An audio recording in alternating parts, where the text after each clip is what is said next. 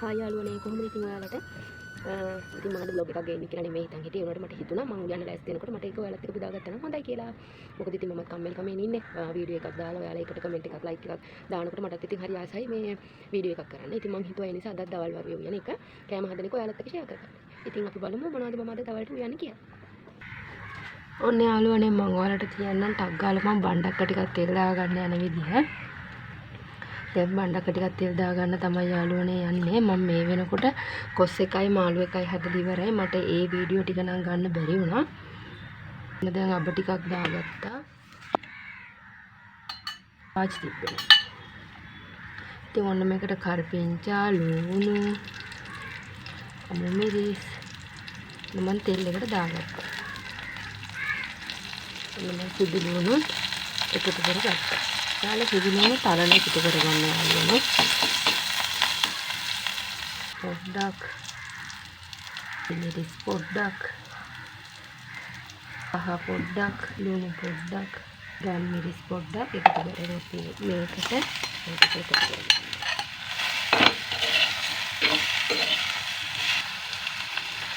දැන් අපි පොඩ්ඩක් වහලා තියමු. ඔන්න යාළුවනේ මේ තියෙන්නේ මම මේ වෙනකොට හදාගෙන ඉවර වෙච්ච කොස් එකයි මාළු එකයි.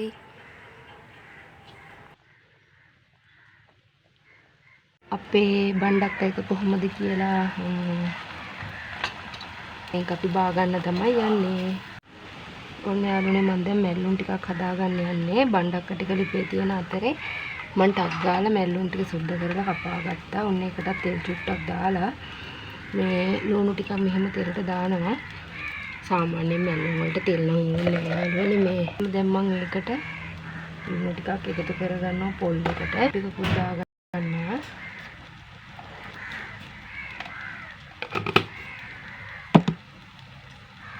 දැන් ඉතින් හොඳට අනා ගන්නවා.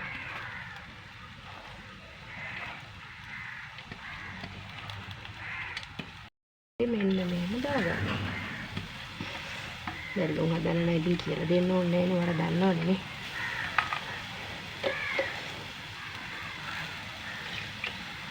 වතුර ගන්න ඕනේ. ඊට මෙන්න මෙහෙම මැල්ලුම හරි. දැන් තියෙන්නේ කූරු ගා ගන්න.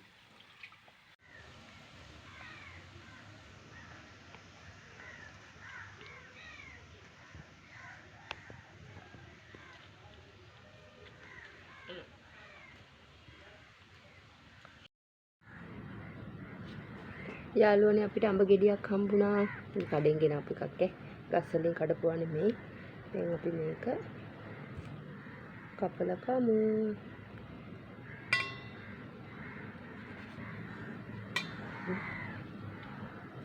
රස පාටයි. මං කොහොමද යාළුවනේ සාමාන්‍යයෙන් දවල්ට පළතුරක් අනිවාර්යෙන් එකතු කරගන්නවා අපි කෑම වේලට. ගොඩක් වෙලාවට අඹ ගස් ලැබු වගේ දේවල් තමයි. ඇයි කෙසෙල්?